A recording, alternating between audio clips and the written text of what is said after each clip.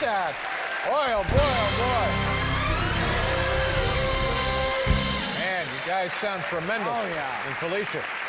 Jay Giles, what I'm told. That's right, that's Looking right. for love? Looking for love, tremendous. Sounds great. It's a cover of the Valentinos, actually. Very exciting. On the show tonight, Marcia Cross, Jenny Lewis, and the Watson twins. And if you're just joining us, we recreated a crime that took place last week. Two guys ran up to Rupert's window and threw a dummy through it. Yes. And here now we have Rupert's on isolated camera. Here is Rupert's reaction when he saw the dummy coming through. Take a look at this.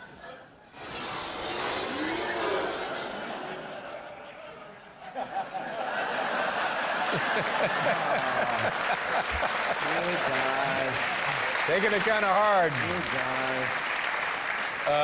But we're going to fix up the window, and you'll see before the show is finished, we'll have a brand new window in there. Is that right? Okay. All right. Time now for, we haven't done this in a while. It's a segment we call Why They Won't Be on the Late Show. Paul, take it away.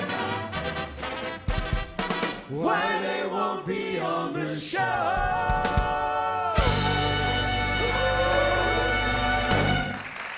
Thank you.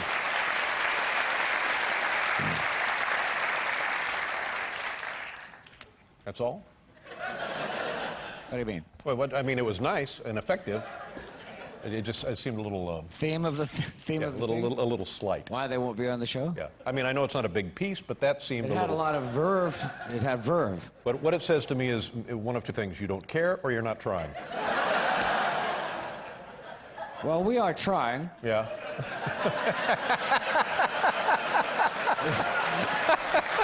We will... All right. No, Forget it. No. Forget it. Forget it. It was fine because, believe me, this is. I'm shooting blanks here, Well, too. we will try to come up with a better... No, forget it. No, please don't blame yourself. You've done everything you can do. All right. Okay, these are people who will not be on the show. We ask everybody of your big stars, and they say sometimes yes, sometimes no. Here's Paris Hilton, for example. And the reason she's not going to be on the show, I never forgave her for releasing our sex tape. Oh, yeah. See? That's the reason she won't be on the show. I see. You people may be too sensitive and judgmental for your own good. I don't know, it just seems like when you know this is nothing, that what we could have is like a, well, boom. As the theme of the... When you introduce the piece, you want people on the edge of their seats. You want them feeling like they've just sat down ringside at a tremendous Las Vegas review or something. Wait a second. You want like a powerhouse kind of a thing. I will try... Oh, forget it. I know it's a no, little just forget it. No, I know. Okay. Michael Jackson, we asked him to be on the show, and he said no, because he finds me creepy. I'm creepy. I'm creepy. Okay, David. Now here's David? No, never David? mind. You had your chance. Larry. Oh, look. No, forget it. I have a thing. Forget I'm going to do a Latin thing. Larry Bird. We wanted basketball great Larry Bird to be on the show, and the reason he's not on, what'd he do? We're not taking any chances with the bird flu. Bird.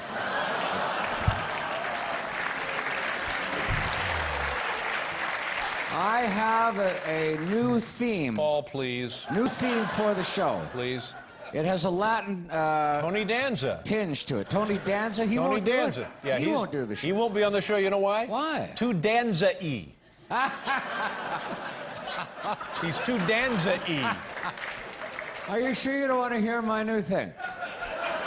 I've got a new theme. No, you're kidding me. On a Latin theme. For this, you got a new theme? I've worked on it, yeah. When did you work on it? While I held up 3 cards. When could you have possibly While worked the on it? audience was being sensitive and judgmental, I was working on it. You have a new theme, honestly? Yeah. All right, go ahead. All right, here we go. Ready? It won't be on the show. Here we go.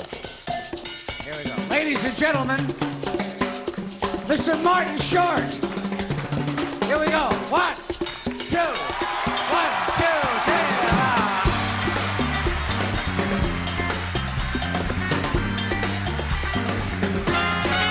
James Gandolfini, Tony Soprano. On one of TV's greatest shows, he's a good fella. People now take Dick Cheney, our nation's VP. He has a heart that tends to race and shot his buddy in the face. Both men are millionaires and they have lost some hair. But there's one other commonality that they both share, but they won't now do the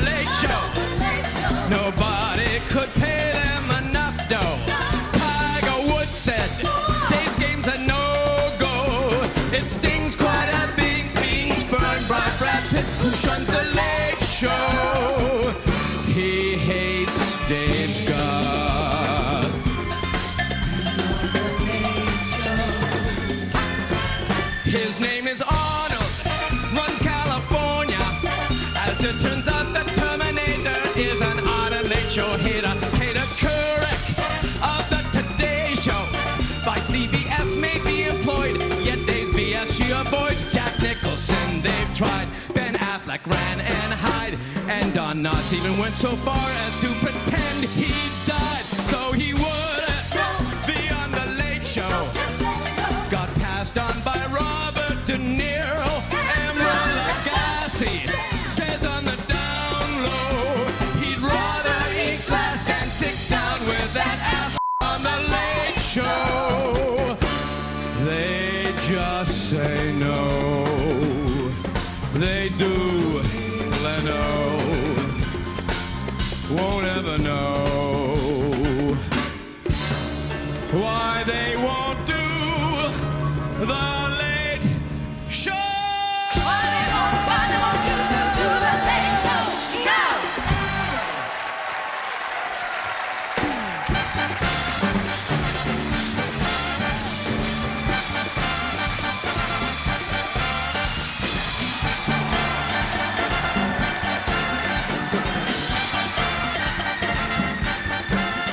No!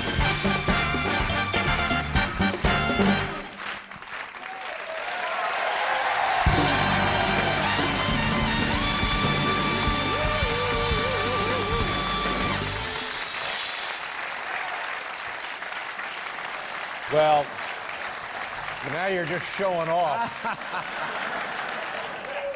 we don't have time for the little piece now.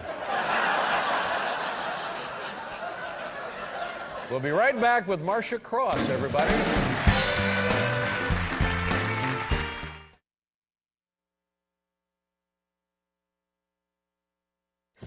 Our first guest is a Tony Award-winning actor starring in a brand new musical entitled Fame Becomes Me. There it is right there. It opens May 27th in Toronto, Canada. Here's the one, the only, Martin Short, ladies and gentlemen.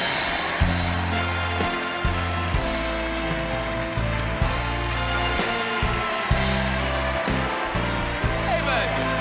How are you? Thank you so much.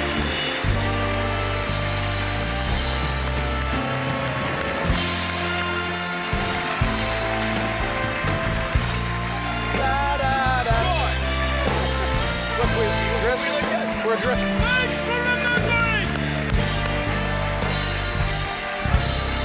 Whoa. Wow. Thank you so much. Thank you so much. Oh, fabulous to see you. Look Sure. fabulous. Oh, he's doing me. Yeah. Ladies and gentlemen. I like the whole Howie Mandel look. What? Deal or no deal? That's me. You look great, and we're dressed almost identically. Look at that. The Isn't that striped nice? suit and the blue tie, yeah. Well, it's very becoming for men of our age. Yeah, I think so. Sure. But I'll tell you something. What? I know that guys aren't supposed to say this to other guys, not in this part of town, but you look hot. Yeah. Really? You do. I don't think so. It is unbelievable. No. Is it the Budokan? Are you fasting? No, I don't. I'm doing nothing. No, really. Is it the augmented calves? It's just you have a whole Colin Farrell, oversexed bad boy quality. Well, I don't know. No, what that you're is. so boyish. Okay. I looked and I thought, my God, is Harry Letterman hosting? My son, Yes, that's it did. but thank you. That's very kind of you to say Well, those things. thank you. You're welcome. Now, Marty, tell us a little about growing up in Canada. And you still vacation there, right? You still I live? have, well, we have a cottage. That's nice. On Lake... well, I'm not going to name it. Of course, but You it's know? like one of big, popular, beautiful resort It's a lakes. beautiful, beautiful resort lake, Yeah. and it's like an old home. And I go there from like middle of June till the end of August and just fish and watch the loons, watch them fly. I get very moved by the loons. I do. I see. And you kind of lose yourself, you know. I You would almost, think so, yeah. after a month and a half, 2 months, you almost forget your publicist's name. And You say, I'm becoming a monster. when you're in Canada, things are a little different than they are here in the United States. The holidays are a little different. We don't share all common holidays. I mean, Well, we have Thanksgiving, but ours Right. is in September. it's a little earlier. It's early. We Yeah. stuff the turkey through the beak. You have different traditions. Through the beak, is that a fact? Yes. I didn't realize that. Oh, yeah, That's like odd. you think your way's better. and we... I don't know. What? I'm not judging, I just commenting. There was a little bit of judgment in your No, voice. I didn't It's mean, like, certainly, yeah. far be it for me We're to a criticize. lovely, lovely country. Yeah. Yeah. And you don't have the 4th of July, of course. No, we have Canada Day. Canada Day? July 1st. July 1st. And then we have we don't have memorial. We have the Queen's birthday, which is the 24th, the 24th of May. But sometimes we celebrate it on a different date. You know, on the 22nd. And when I was Wait a minute. What? Why the difference? Why 22nd, 24th? What? You know, if you're going to be picky about everything in the world. I don't. Oh, No, it's forgive me. because it's the Monday, the first Monday of where the Queen's birthday. And by the way, her birthday is not the 24th of May. It's Queen Victoria's birthday. But as kids, it used to be called Firecracker Day. And Wow. yeah, and Firecracker Day. Firecracker Day, and you'd be given a bag of explosives. They'd have cannon crackers, and you would the whole year your father would be saying, "Now finish that plate of meat, or you're not, and brush your teeth."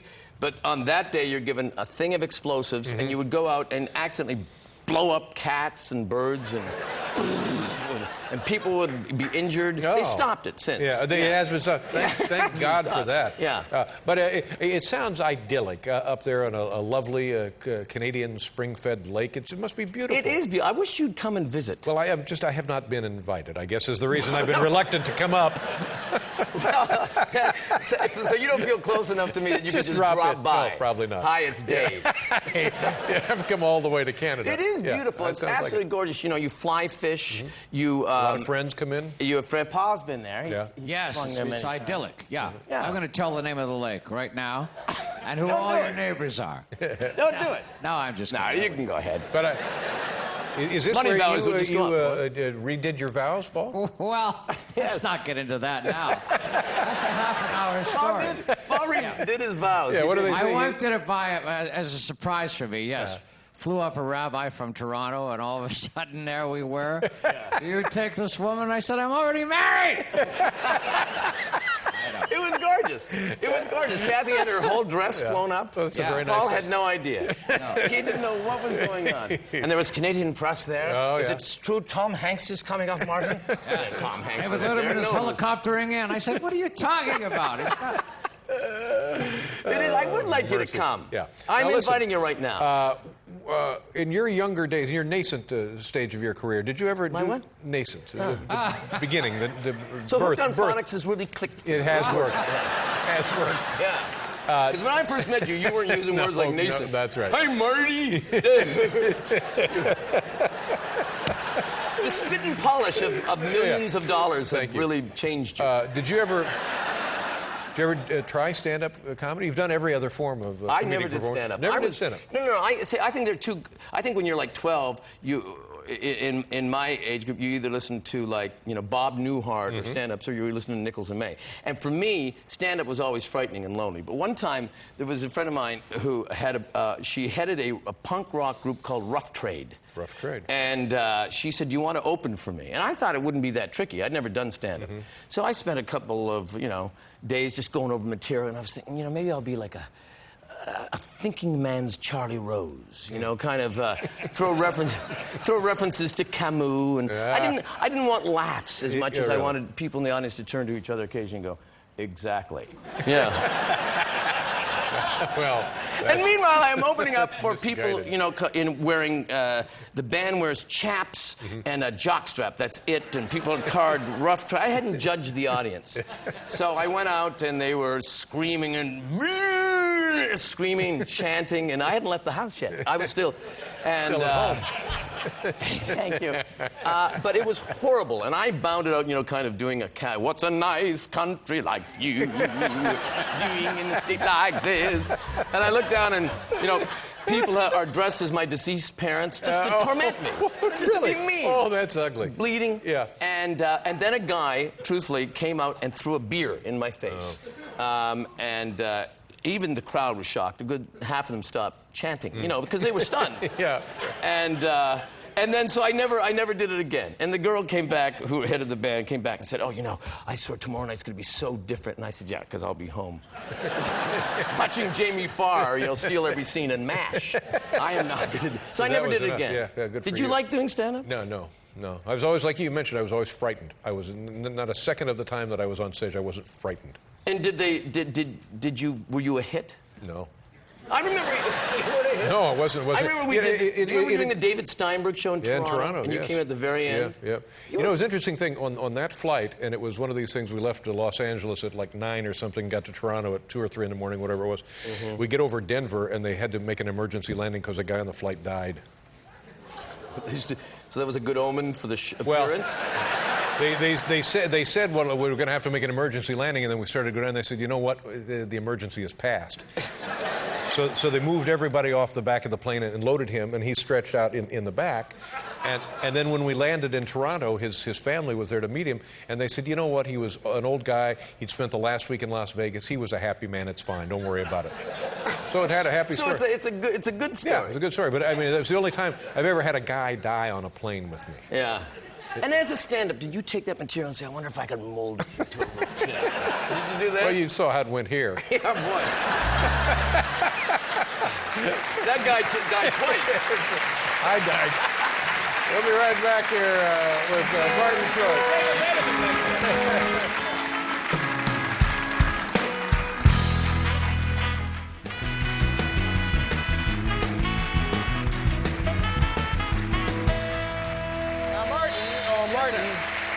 Yes, baby. Yes, Kathy. This seems like a natural to me because you've appeared on Broadway musicals and other kinds of. I have won a Tony and 2 daytime Tonys. Not many people can say that. And so this just makes perfect sense. This is the logical extension of your stage career. Tell us about Fame Becomes Me. Well, it's the I always have these Christmas parties at my house in December. Interestingly enough. My wife, again, I'm extending an invitation. I know you've never been invited, but right today, thank you. the invitation comes your way, the cottage and Christmas. Right. And they're very loose, and people get up and perform, and I sing, and people sing, and I thought that would be a good idea of a show, except I realized that it's not enough. I was worried now that you have to show more angst. So I basically tell the story of my life, but I exaggerate it and lie about it. I see. And where there's no pain, I just make it up. Because I think that in modern day show business, you have to show angst and pain or they're not interested. Well, I agree with that, whether it's true or not. Yeah. And what it's completely true. I mean, like in the what Olympics, percentage, if you don't want to see a runner, you want to hear about her second cousin's flirt with gingivitis. That's the story. Her flirt with gingivitis. Didn't really have it. No. It was a false positive. It was a false positive. But so how much of the biographical information is true? Not much. Not much. I just, to take. They don't know. No one knows. Right. How can they check? No one knows. I talk about working with Bob Fosse and Tommy Tune, and when my dad was a legendary film star in Canada. They think it's all true. None of it's true. Yeah. I talk about when I go into drug rehabilitation and. I don't drink. That didn't happen. No, it didn't happen. Yeah. But, it makes for good fodder. And how is it playing in Canada? It's opening up in Canada. Well, we did San Francisco for a month, and we're doing at the Cannon Theater. We start May 27th for 6 weeks, and we go to Chicago and open here in August. Oh, my God. And it's a one-man show with a cast. How many folks do you have in the cast? 6, including myself. Mr. Mark Shaman, Scott Whitman directed. This should be the highly anticipated big hit of the season, is what I'm thinking. Well, I'd like to think so. Yeah. I mean, you're often right. You've been right a lot of things. I am Mr. Broadway. I really am. You are Mr. Broadway. I'm Mr. First Nighter. Yes. Yes. You are? Yes, because when I did Little Me, you just sent the candygram, and I didn't, but you didn't come backstage. This one I'm coming. I'll be there for sure. And how will you be backstage? Let's say we're backstage. I'm good backstage. Paul, wasn't I good backstage when you and I went backstage? He was very well behaved, actually, backstage. Yeah, so I'll say, Dave, did you like it? Yeah. And I'll say, fantastic. It was just tremendous. Like that? Well, no, I'll because after the performance, of course, I'll be full of adrenaline, and I'll be trembling. Right. I'll be trembling. Because people... You'll be trembling. Trembling, yeah.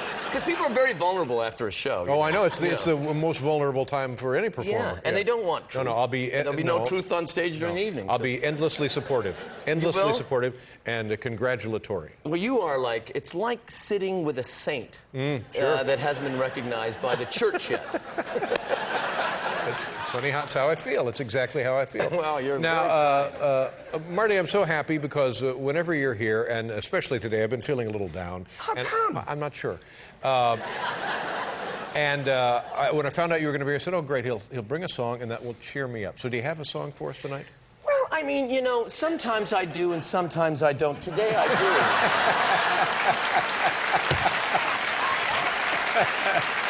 Well.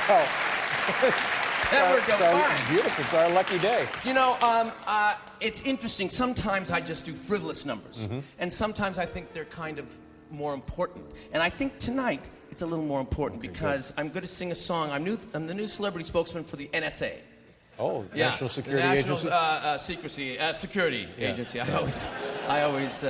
But they contact me somehow. They have my number, and.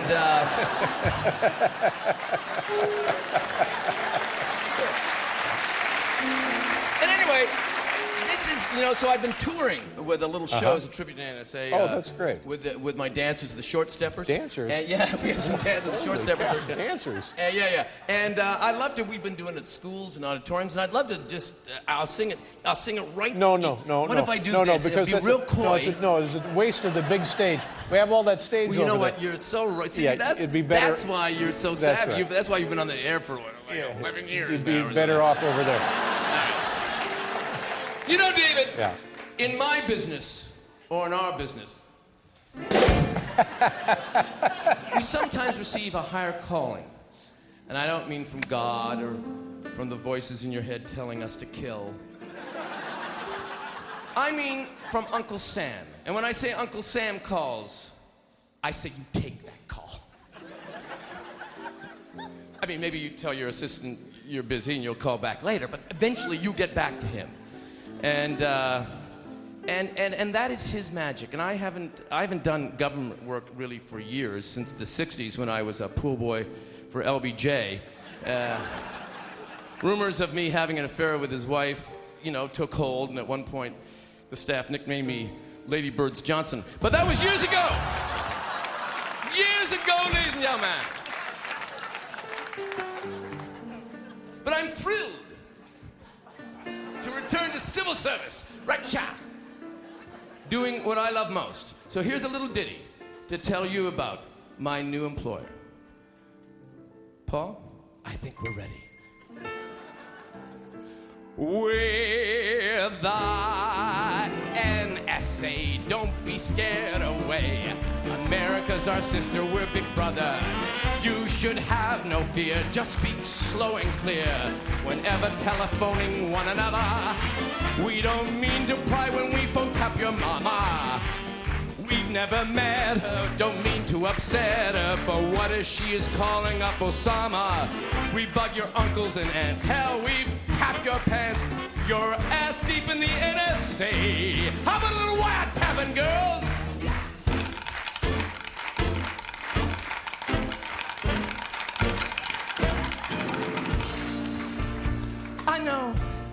I know you only perform surveillance on my line, and you aren't allowed to talk back to me, hot-legged, blonde NSA agent lady. But I want you to know that I'll always be here for you, just like you've always been there for me. You're such a good listener. I pity, oh, display down at the NSA. See you give the finger on the freeway. We know who wears toupees and which of you are gay, and also which of you have had a three-way. We document your secret miscellany. If you worked at Hooters, that's in our computers. It's fun summer reading for Dick Cheney. We hope in covert ways to overhear you say, I'm okay with the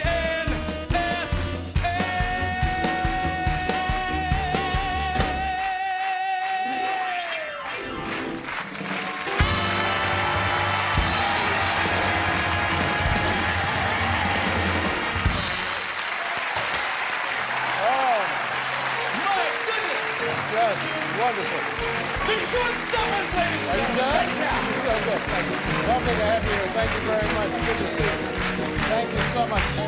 Marty Short, ladies and gentlemen. Letterman, please. Lovely job. I think your best ever, honestly. Marty Short. Have a wonderful summer. Thank you, David. We'll see you at the lake. Bye-bye. We'll be right back with James Blunt.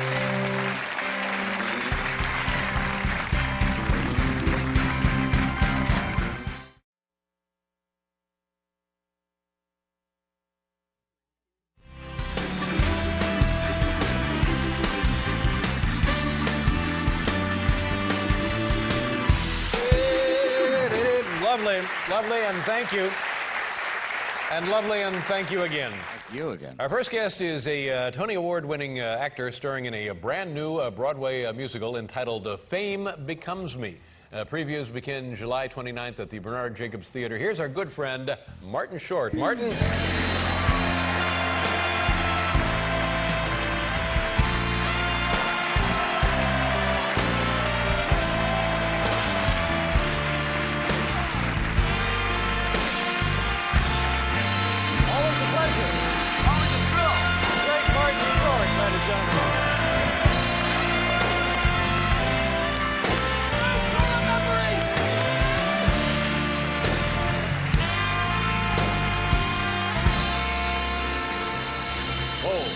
Very moved by that kind of a full standing ovation. Just lovely. That's amazing. It's just wonderful. Sit down. Please, you're embarrassing yourselves. Nobody moved. Martin, always a pleasure. Thank you so much. Great to have you here. And I can't tell you how thrilled I am that soon you'll be back on Broadway just down the street from us. Well, thank you so much.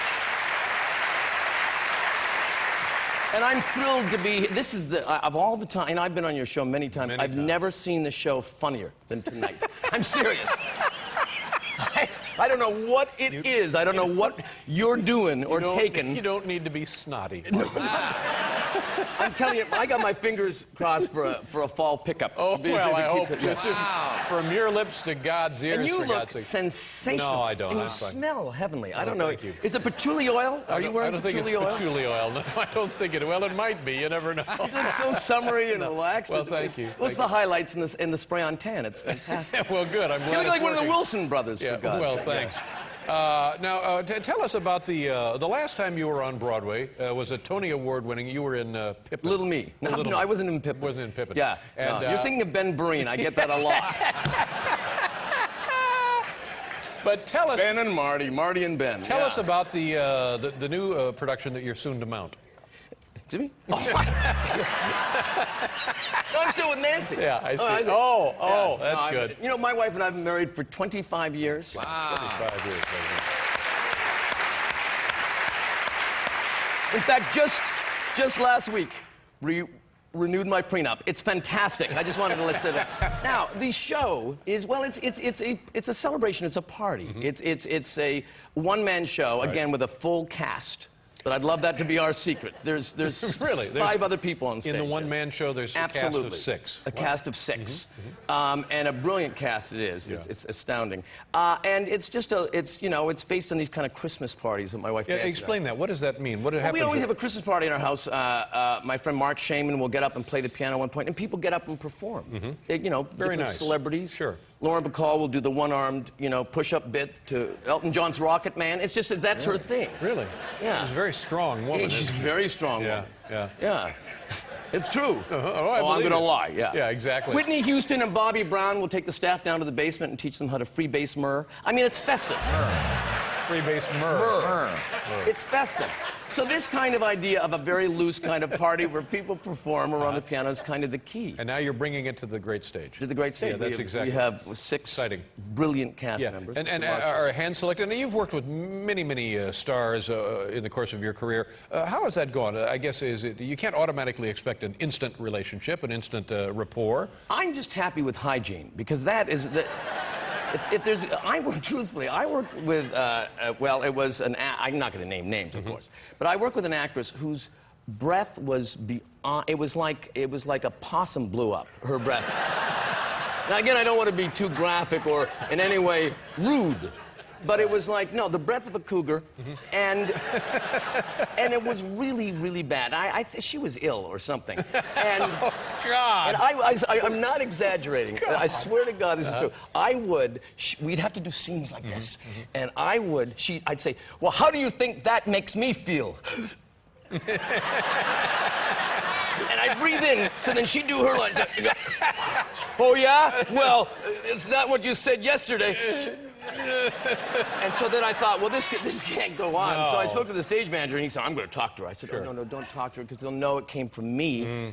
And he said, no, I'll do it subtly. They'll never know. Oh, so yeah. the next night, she was doing a breath freshener, and now it just smelled like peppermint in a morgue. Because Oh, God. yeah, because it was coming from deep within, I think, the pain. Just because it passed a little bit of peppermint didn't make it lovely. No real filter there. No. It was just, it stayed what it was. Yeah. And tough, bad, just miserable. Yeah. And but you know, you must have guests that have horrible breath. You remember it? yes, I do. Is that true? Yes, it happens frequently. Is that true? Even from this distance? Oh, yes. Well, that's how you know, because not only from this distance, but I've seen the band excuse themselves. Wow. Yeah.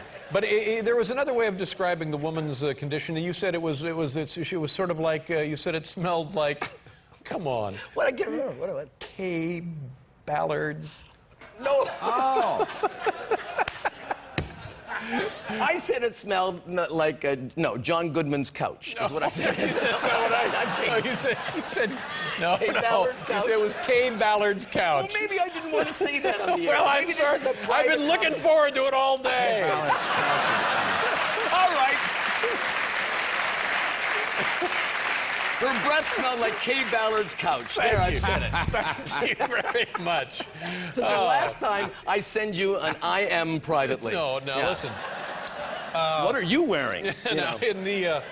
In the course of your career, we've Sure. enjoyed many characters, like the Jiminy Glick, for example, and Ed Grimley, and I guess I know the answer to this. They're all based on traits and quirks of other people you've actually known, or real people. Sometimes make they're combinations of combinations. things. Sure. When I did this character on Saturday Night Live, Nathan Thurm, who was a defensive Yes. lawyer. Right. And it was totally, thank you.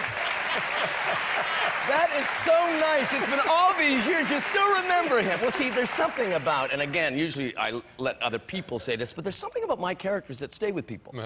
So anyway. It's the name of my book. I'm sorry, I didn't say it. No, I was expecting you were using Kay Ballard. I know, that you was my contribution. Yeah. Sure. Besmirching. No, but there was a woman, a makeup artist, and I won't say her name, or let's call her Lena, and she was the most defensive makeup artist. You'd always say, do I have, it seems like I have a little too much, powder on. I know that. You don't think I know that? I do. I put the powder on. I would know that. Yeah. It's so funny you think that. Yeah. So, Harry Shearer and I were writing this piece, Synchronized Swimming, and we were trying to figure out the role of no, not synchronized, that's not true. That's not true. But anyway, let's call it that. No, it was another piece. And the Minkman brothers, and I had to play a defensive lawyer. And I kept doing the makeup artist, Lena, and I'd say, gee, wouldn't it be great if I could do it? And Harry would say, we'll do it. And I said, well, she'll find out, she'll be there. And he'll say, oh, no, she'll never find out. She'll never find out because you're a guy, she's a girl. She won't think of it that way. So I do the piece. I'm saying, I know that. You don't think I know that? Doing that in the piece. And she's right there, and someone says, Lena, he needs more powder. She says, I know that. You don't think I know that? And then it was successful. It was successful in the sketch, so now we repeated it. Sure. And we do it in the news. And I was just getting by, I kept thinking, isn't this amazing? She never found out. And then on the last show, someone who worked for her got drunk at the party and said, Lena, how stupid are you? Don't you know that? You're Nathan Thurm, idiot. And so she came up to me. She said, I thought I was your friend. And I said, Lena, you are my friend. This is the highest form of compliment. And she said, I know that. You don't think I know that?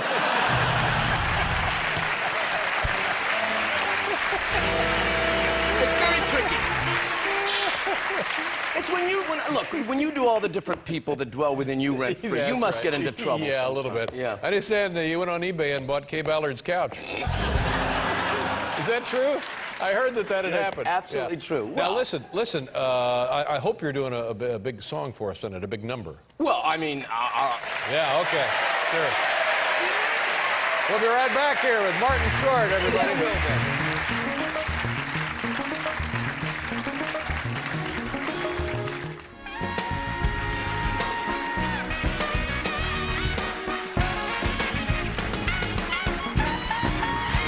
Very exciting addition to the Great White Way. Martin Short on You're more than Broadway. kind, David. It opens August. What is the date? It opens August 20, July 29th. No, Previews begin July 29th. yeah, open August 17th. Yeah. Now, how about a song? You got something you can do for us? Well, you know, it's so interesting.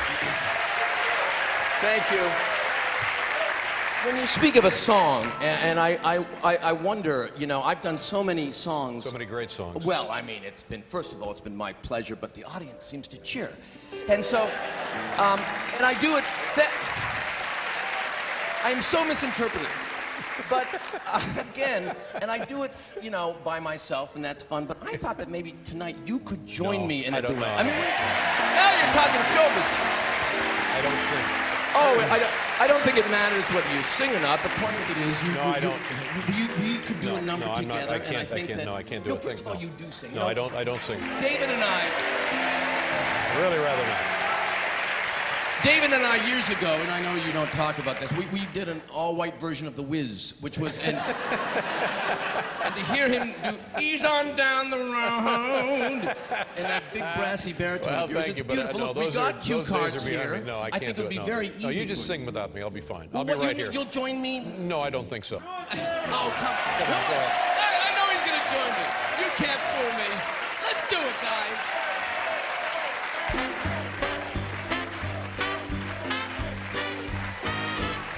Wherever we go, Whatever we do, we're gonna go through it together. We may not go far. but sure as a star. Wherever we go, we're together. Wherever I go, I know he goes. Yeah! Ha ha! No fights, no feuds, and no egos. Amigos, together. Through thick and through thin, all out and all in. And whether it's win, place, or show, it's me for you. We'll muddle through whatever we do together. Wherever we go.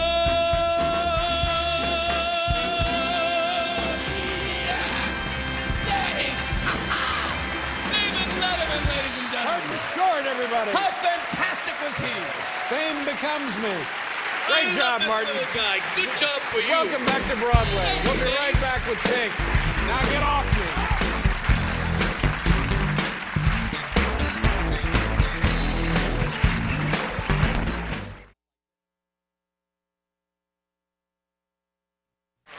Our first guest is an extremely talented and a very, very funny man. And here's a guy who also does great impressions. He can do everything. He stars in a brand new film entitled The Santa Claus 3, The Escape Clause. It opened today. Ladies and gentlemen, here he is, Martin Short. Martin.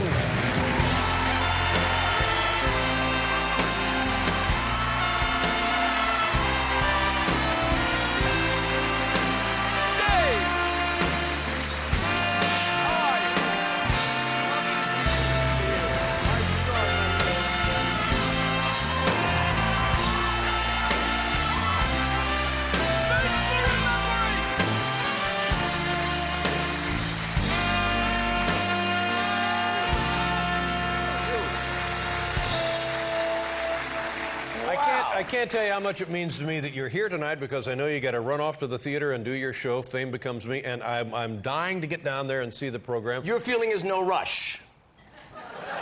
Well, I know that it'll be there for as long as you want it to be there. Well, that is a lovely, lovely thing. Yeah, and I'm going to come down to see it because I know, and not because I consider you a friend, because I know it'll be a delightful night in the theater. That's why I want to be there. Thank you, Dave. Yeah. That's so kind of you. Very much. Looking forward to it.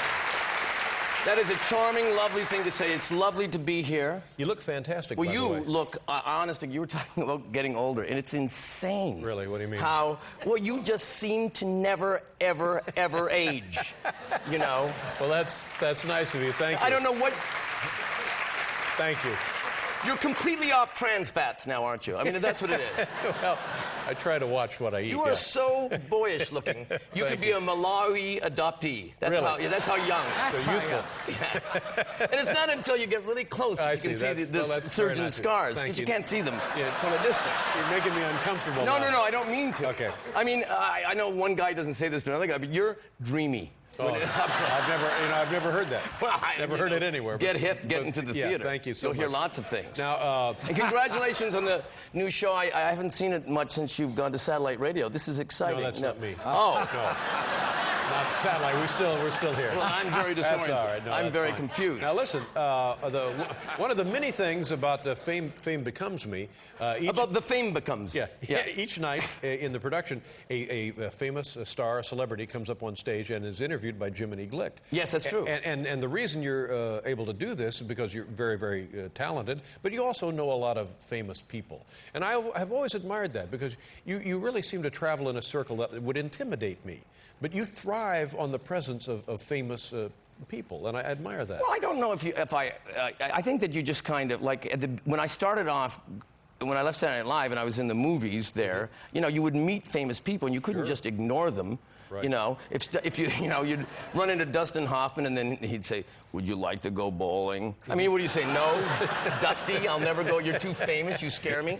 So you're just doing an impersonation of yourself being relaxed. Oh, so it's a little acting trick. Oh yeah. But I remember we had just bought a house there, and it was like based on 2 movies that I was making. And the second I signed the mortgage, 1 movie fell through. So now I was nervous about money then.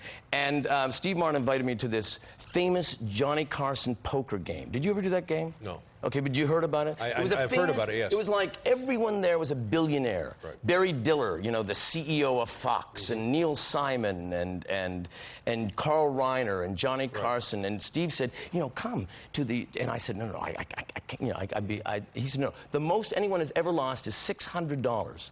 And you could win $600. Well, so why not? And so within 5 minutes, I was down $1,900. I didn't know what to do, and they were kind of looking at me. And so then I decided that whatever I would do, I could figure if I just put the ante in and if I folded every hand, I could make it through the night. And I would get 4 aces, fold, and at one point I saw Johnny Carson look at Neil Simon and go, doing that thing. Oh, good. This is just fantastic. Now my hero thinks I'm a goof. And so then there was a dinner break, and I went to dinner, and I was so nervous, and Johnny said something funny, and I went, and I spit mashed potato out, and I knew it had landed somewhere, and I looked down, and it was on Johnny's hand. And no one saw it, except Steve Martin. Steve kind of looked over like, I could leave it there. And then when I looked back, it was gone, so I just assumed Johnny had eaten it. It was horrible. Oh, man. But then you kind of relax into it. Yeah. You know famous, legendary people Well, I'm yourself. like you. I'm frightened by famous people. They scare the heck out of me. But now you're better. Not really. Really? No. But now, tell me about gambling. Do you gamble for fun at all? I mean, it sounds like No, you knew I can't. about poker. I've only been. I hate gambling because I think if they'd let you win a little more in Vegas, I would lose more and bet more. And I went there once. The first time I went was in 1980. I went with my wife, and we went with $400 for the weekend. And again, it was one of those things that we took $100 and we put it on, you know, in a slot machine. It just went. And I thought, okay, so she said, well, that's it, we're gambling. That's no more gambling for the day. And she went to the pool, and I said, oh, forgot the zinc oxide, because, you know, I tan. Sure. And I went up, and I grabbed 2 more $100. That's all we had. I put 100 on black, on the roulette, gone. Oh. Then I put I decided just to see what it would be like to put another 100 on red and black. Came up green. Green. There's a green once in a while. Yeah. Oh, so now boy. I was desperate. Once in a while it'll come up. Now and she's at the pool. I haven't said anything. So then I go and I see this. They come. It was in Caesars, and a woman was throwing. Who's Hail Caesar? And they're throwing silver dollars. Oh. I caught one. I went to a roulette. A giant fat woman was sitting beside it, and I'm about to finish. That's mine, sir. You know that woman. And so I go to the next one. That's mine as well, sir. So I go finding around. I put it in and won $3,000. Whoa, Yeah. is that right? It's the only time I've ever won in my life. Whoa! That makes me feel good. Yeah. So then I was able to go back to the pool and say, "Look what Daddy done, lady." Wow. Now that's a very unusual story. But It's very unusual. Yeah, congratulations. But mostly I fail. Yeah. Yeah. You ever hear much from Kay Ballard? Just curious. No, I haven't. Have you? No, I don't. She doesn't call. Yeah. That was a charming thing. Yeah. Now listen, we want to show a clip of the movie Santa Claus 3, The Escape Clause. Oh, yeah, well, but we have to do a commercial. We'll be right back here with Martin Short, everybody.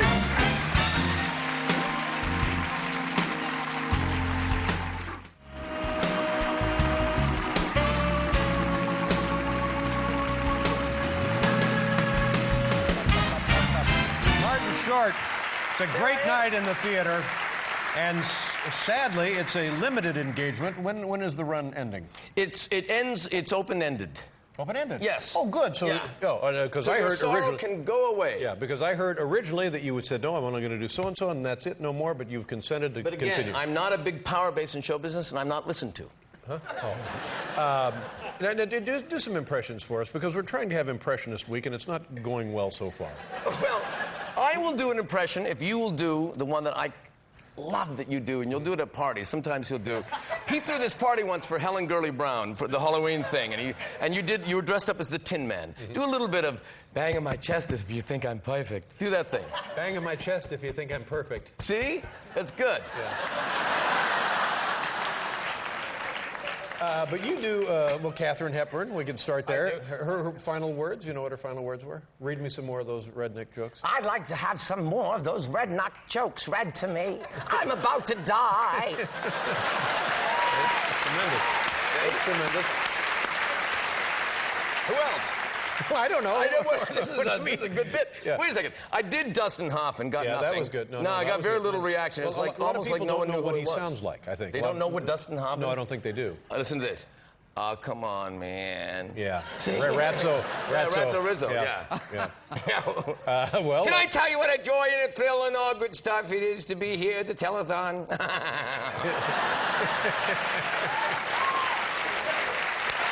Let's see your John F. Kennedy. I don't do it. Oh, come on. Ask not. Ask not. I sometimes don't. I'm not convinced you're committing to it. Oh, I am. That's it. I say ask not. Yeah, that's pretty Okay, good. let's hear. Let's hear. I say ask not. What is it? Horrible. Well, no, there's a You're difference. not even trying. No, there's a difference. Oh, you're yeah, not. there's a huge difference. I have no talent. Yes, you do. Let's Oh yes, that's Bill Field. talk about the movies, the Santa Claus. The movie was starring Mr. Tim Allen, Alan Arkin, Right. and Margaret, and Liliana Mumi, who was in this clip. Margaret. Yeah. Whoa, how's Anne Margaret? Sexy. She's a sexy lady. And who do you play in the film? I play evil Jack Frost, who is trying to take Santa Claus's take over the North Pole. I'm sorry, I've had some sort of seizure, and I'm going out publicly now, which is very brave of me. Jack Frost is the arch enemy of Santa Claus, and he tricks Santa Claus into forsaking the North Pole and being Santa Claus, and Jack Frost becomes Santa Claus. Let's take a look. We have a clip. You know what it's going to be? Yes, it's Liliana Mumi and I walking down the steps. Let's take a look. Santa Claus 3, The Escape Clause. No makeup. I invented chill. There you go. Open today. It's going to be big. It's going to be big. I could kick myself for asking do this. now? Well, I would love for you to do a number, but I know I'm torn because I know you got to go do your show, and I know you got to save your energy. Well, I really, I always do numbers on your show, and often I would never say I wouldn't do a number, but because I have to do the show, I do have to, unless they want to hear me do a number. I think that goes without Because I'm saying. swayed by the love of people. You know that. Oh, yeah. It's in my book. Remember I gave you that book on Yes, I tape? remember, yeah. On tape. Star Jones reads it. I didn't have time. You know, well, first of all, I'd love to sing a song, especially a lot of stuff's going through my head, and a lot of current issues, and I sometimes vent them musically, which is my thing. And I'm very confused. I've never sung on the staircase. I've never really done it to you. No. Just to sing no, it to you. No, we don't need that. This time, couldn't I just sing it right no, here? I don't. No. No? No, you go over there. All right. But I have next some- time, can I do it here? I have some paperwork I need to Okay, well, get you to. do the paperwork. Okay. You know, in my business, or in our business, commitments can be fleeting. An actor backs out of a 3-picture deal or ignores it when the hooker says, not on the lips. But for this fella right here, one commitment has always mattered, and that's my marriage to my wonderful wife, Nancy. And over the years, technology has brought us so many wonderful, wonderful things. And perhaps the greatest advancement of the computer age is the ability, in the privacy of our own home, to talk dirty to strangers. And it doesn't count as cheating, at least not by my count. Paul? For 25 long years, baby, been faithful to my wife. I said I do and knew I was committing to one-woman life. But the internet brought a loophole for affairs apart from us. Now I'm sowing oats, but still monogamous.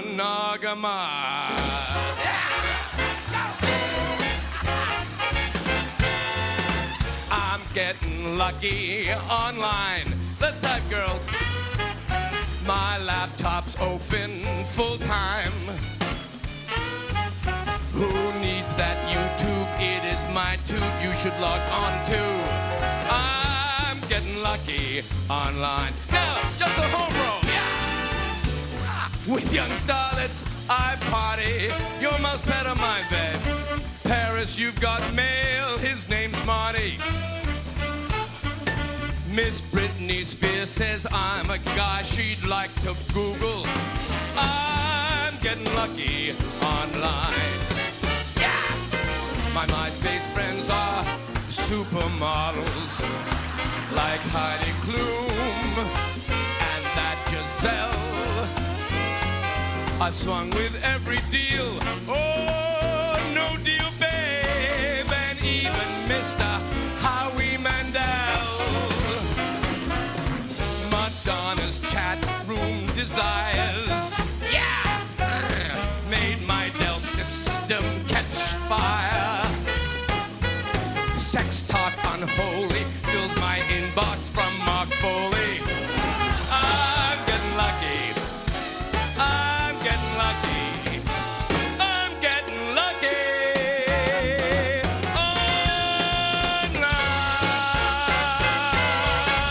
Online. You got money. God. Martin Short, ladies and gentlemen. Lovely. Thank you so much. Martin Short, everybody. What a tremendous night.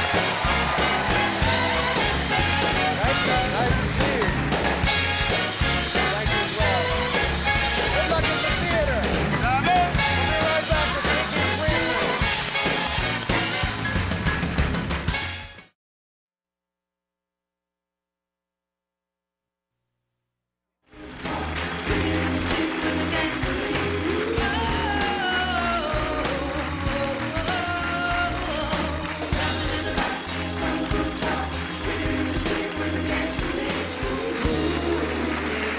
Here's the 5th annual pie pool where everybody gets to buy a box of the big pie pool, and we have a winner this year. It was pumpkin and apple, and the winner is John Reed. He's an intern here. Wins $100. Congratulations. $100 for the big pie pool.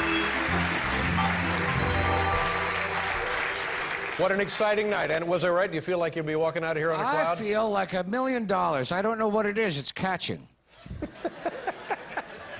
Our next guest is a very funny and talented man who wrote and stars in a new film currently in theaters entitled For Your Consideration. Ladies and gentlemen, here's Eugene Levy. Eugene!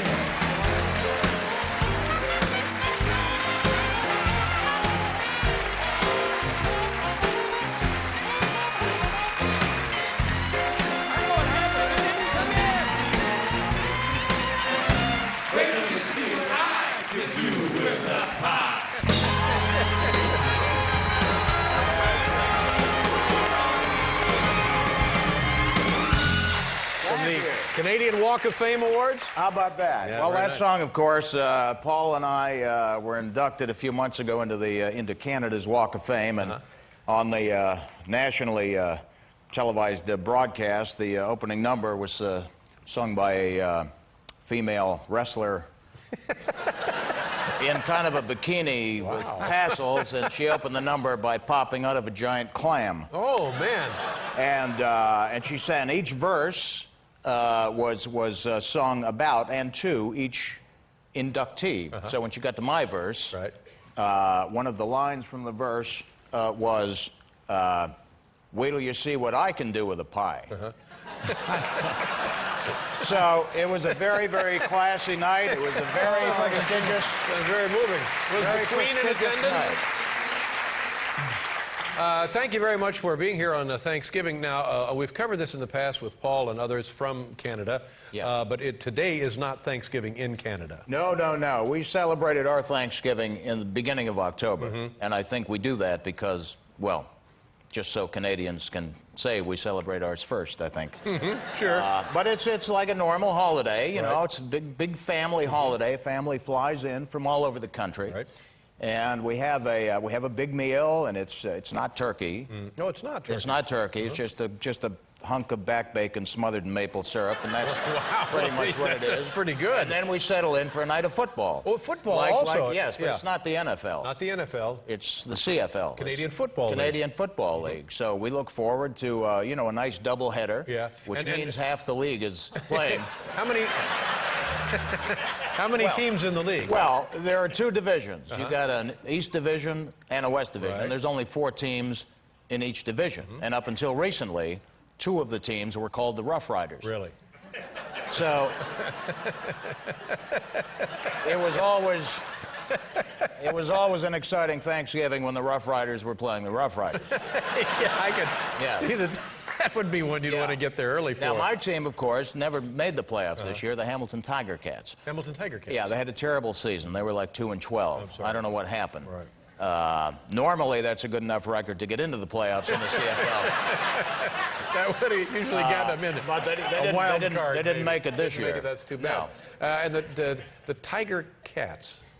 Well, the Tiger Cats, that's the team I grew up with. And it wasn't until, I got my friend Joe Flaherty. Yeah, very funny I man. did SCTV with Joe Flaherty, sir. very funny guy. And he always thought the name Tiger Cats was the oddest name for a team that he had ever heard. He said it was like calling a team the Monkey Apes. The Monkey Apes. Yeah, but it's my hometown team, and The Monkey Apes. I like that. Yeah. Now you say there's only one Rough Riders team. What happened to one of the other Rough Riders? well, they dropped out. So they're not in the league at all? They're not in the league at all. Well, that's a I shame. think there was another name for what was formerly the Rough Riders, and I'm not entirely sure what.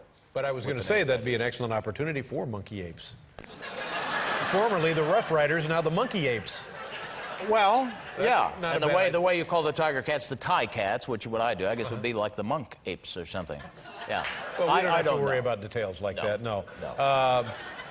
And tell me, Eugene, for you, and I guess I understand for the rest of the country, where does hockey? What kind of a role does hockey play in your life and for the holidays? Well, I mean, football is big, but hockey is like a religion. That's right. In Canada, and Did you play as a kid? Well, I didn't play. Canadian men actually learn to skate before they learn to walk. You know, when they're small, but not Canadian Jewish men. Really? We don't.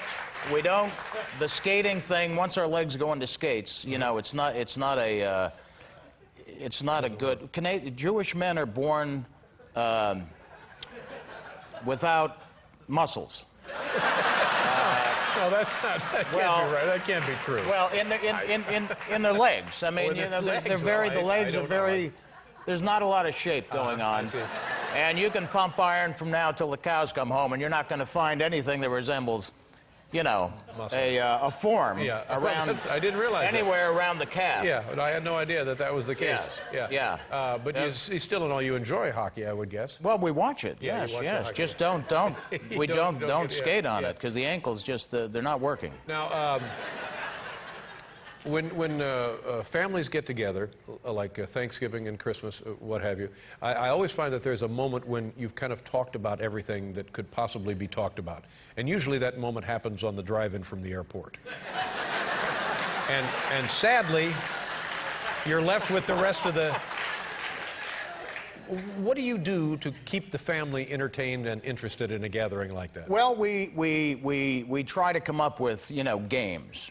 You know, we try to come up with games. I'm always thinking of a game. I actually came up with a game that would be great, I think, for families this weekend. Great. And it's the kind of fun that, you know, you work in teams. You know, so you get like parents playing against kids, or sisters playing against brothers, grandparents playing against grandchildren. You can see the permutations here. Yeah. And the game is called Kim Jong-il. Kim Jong-il? Yes, which translated means name that tune. Really? I had no Yeah. idea. And, North Korean dictator Kim Jong-il. Yes, yes. And How do you play the game? well, quite simply, here's the game, and it's very simple. You sing the first three notes of a tune, of a melody line, with the lyrics Kim Jong-il. Right? One member of the team. And then the other team members have to sing the rest of the line. For example, Kim Jong-il, can you see? Oh, yeah, yeah. You see what I'm saying? Pretty good, yeah. Or, Yeah. or, you know, Kim Jong-il, a female deer. You see what I'm saying? And Wow. well, but you know, you play for points. You Full play points, for yeah. oh no, you play for points to make it exciting. And I don't mean just some points, like 100 points. You know, Right. for a correct answer. Oh, I and of see. course, then you got categories. Yeah. You know, you got rock and roll. Right. You know, Kim Jong-il, and I'll kiss you. Tomorrow I'll miss you. Oh, Right? You got show tunes. yeah, show tunes. Kim Jong-il, I just met a girl named... You see what I'm saying? Standards are tough. Yeah. Kim Jong-il, you are the one. Yes, yes, I knew it. I had it. So that would go for like, I had that one. that would go for 125 Wow, points, I 'cause can that's- see where that would be in a That's more advanced that's a tough category. one, yeah. It's harder than I would have thought when you said Kim Jong-il. I didn't know what to expect. It's much more difficult. Well, but it should be, because Yeah. you know there's got to be That's right. something kind of taxing about it. And this is the kind of thing, you know, to heck with that PlayStation 3. You know what I mean? No. You don't need that. This is families interacting with each other, which Yeah. is why I love it so much. I don't know. I should be pitching it to a network, but Exactly. I don't know why I'm wasting it here. Well, I wouldn't consider actually no, it's wasted, my but gift. yeah, It's my thank you gift to very much. families Sure. across the Now, let's talk about, for your consideration, a film that not only do you have a significant role in, you co-wrote with Christopher Guest. Yes, this is And- our fourth collaboration. Yeah, and it's about, I think people understand what it's about now, movies, actors, and the influence of Academy Awards and award shows that have on productions, Yeah. film productions. Yeah, it's what the happens when the word Oscar is dropped in relation Right. to an actor's Right. performance in this movie. And I am sure it must actually happen. This phenomenon must actually occur that you represent in the movie. Oh, we've kind of rounded the corners on it, I think. Yeah. In this movie, I think it's a lot. It really is. It's much worse than the real world. Is you know that what I right? mean? Yes, Yeah. we can't. You know, Yeah. it wouldn't get laughs if we actually told it the way it actually is. And your character is you're an agent who represents one of the actors in Home for Yeah, Purim. I play Morley Orfkin, who runs a talent agency called DOA. Morley Orfkin? Yes. Morley, DOA is the name of the agency. DOA. The Dorkman Orfkin Agency. Dorkman Orfkin. And my partner, the late Marty Dorkman. Oh, he passed away. Yeah, that's too bad. may he rest in peace. Yes. But when he died, you know, the clients bolted because he was the brains of the outfit, Yeah. and Morley, and we really tried to lower the mental bar with Morley, but I didn't actually think the bar would touch the ground. And he's left with one client, Victor Allen Miller, played by Harry Shearer. Right, and he's one that is touched by this Oscar discussion. Yes, he eventually kind of gets sucked into this. All and right, gets let's carried along. show the folks a clip here, Eugene. You know what we're going to look at? Well, I'm not sure. It could be me and Harry, where I encounter Harry, I think, on the film set that he's actually working on. Okay, let's hope that that's what it is. Take a look, ladies and gentlemen, for your consideration. There you go. For your consideration. Have a great holiday season. Yes. Good luck with the film, but more importantly, good luck with the Kim Jong-il game.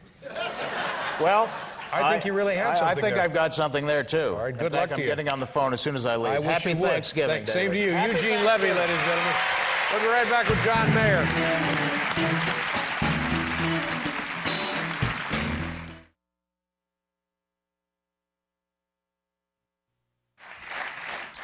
Yeah, the trap, there's going to be a drum roll. The trap door goes open. Big puff of smoke. Yeah. And then everything's disappeared. He's gone. Yeah, and then he's in the end zone taking a bow. That would... I don't know why. He's okay. He's okay. That's He's okay. Good night, everybody. On Sunday, our first guest sadly ends his critically acclaimed run of Fame Becomes Me at Broadway's Bernard B. Jacobs Theater. Ladies and gentlemen, here's a good friend, the always entertaining Martin Short.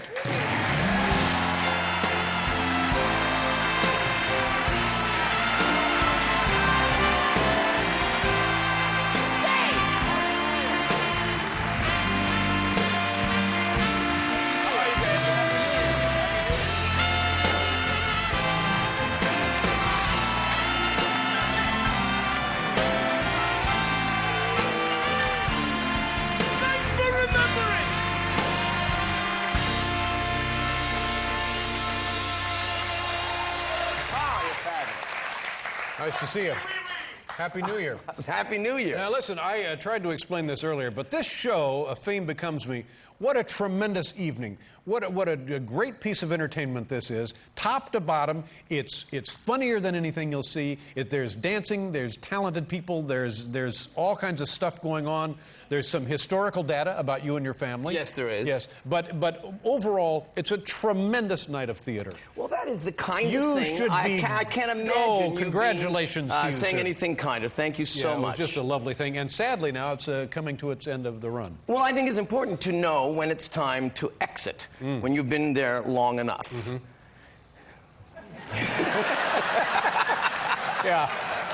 Yeah, I think... Unless you're a sitting U.S. president, of course. Then it gets confusing. Well, that's, first of all, thank you so much. That's ridiculously great. When Paul and I were there the night, it was just tremendous. Well, it was so, we were so excited to have you there, and it was surprising to see you with actually 2 paid escorts. I mean, that was just not expected. It was not expected, but they were lovely guys. And, What? Hey, wait a minute. well, let me just say, first of all, thank you. It's the kindest thing. I was knocked out. I really was knocked out. Well, because I didn't know what to expect. I knew it would be good, but I just thought, this is better than anything Well, you see. having done this show for 30 years, you thought I'd stink? No, but it's just that it was so good. You know what I mean? I mean, I wasn't prepared for it being better than anything I'd seen in the last 5 or 6 years. Well, thank you. So I think we probably pumped it up because you were there, because it's like having... No, that's true. Listen, when you do these shows, you only get excited because you always know who's out there. I mean, I literally, one night, truthfully, was like, Joey, but a few goes up there. You know, I mean, you're. It's. I mean, yes, it's you, but it's still. We're excited to have anyone there because we've done it 8 times that week. I see. So anything. Yeah. But they were very excited, and you were like wildly kind. And Time Magazine called it one of the 10 best productions of the year. Well, that's very, very cool. Yeah. Now, tell us about. First of all, let me just say, Sure. Happy New Year to you. Oh, thank you, and same And to you. you look. You know, I tend to repeat myself because I have no material. But, and in the past I've come up and complimented you, but I'm telling you, this year particularly, I don't know, I know you've come off of vacation, you look fantastic. Well, no, if you can see what I'm seeing up close. Thank you. That I don't. You see, I think they know there's a lot of trickery in show business, and usually, you know, there's double-sided tape on the lens. But to see you up close like this, Double-sided tape. It's unbelievably. Is it the tantric sex? What is it? I don't know. Have you had a thread lift? A thread lift? No, I don't know what that is. You've stuck to the Jenny Craig. I mean, I can't wait for you to do that big monologue in the bikini bottoms like you now promised. That might happen, That's it. sure. Yeah. No, I saw on the monitor. I said, "What is Dr. McDreamy hosting for?" Yeah, that's what we know. Well, that's very, very kind Yeah. of you. But we're going to St. Bart's. Oh, it's beautiful. We down close there. on I think- Sunday I and go think to you'll St. enjoy that. Bart's. Yeah, you and your family, we're going to go? My wife and I are going to Yeah, go. that's very nice. Yeah. Yeah. Does she like it down there? Yeah, well, you go down there, don't you? Occasionally, sometimes? I've been Yeah, down yeah. It's very lovely. We went there. We were there 2 years ago, and sounds like a made-up lie story, but I swear to God, this is a true story. You know, there's a body surfing beach there. I didn't know that. Yeah, and I'll get you a map later. We'll do that. And at one point, a wave hit my wife, and she was in a 2-piece, and she hit the wave, and she stood up, and her top was off, and she screamed over to me, "Can you believe how big these are?"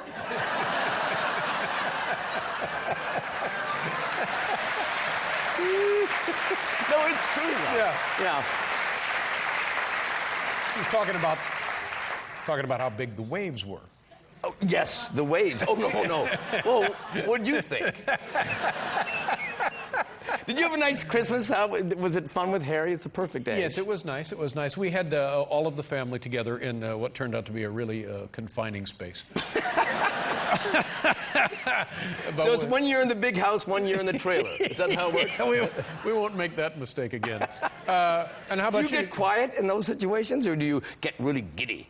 No, I'm always reminded of, this is why I used to drink. When you find yourself in this, because if you're drunk, everything is fine. Everything That's is true. fine. Absolutely true. That's right. Yeah. Yeah. All right. We'll be right back here with Martin Short, everybody.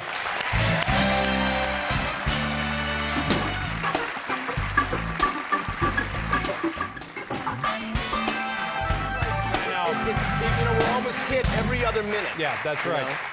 Martin Short is here, ladies and gentlemen. Also, Donal Logue. And tell me about a story from when your kids were young at Christmas time, you and the family and so forth, because it's more pressure than it really should be. Well, Christmas I adore. I really do. I watch, It's a Wonderful Life about 40 times, and then, just go around saying, "Clarence, take me to Mary." Yeah. That's all. And into whatever question I'm asked. And but my kids are 23, 20, and 17, and they still believe in Santa. Now, I don't know if that's right or wrong.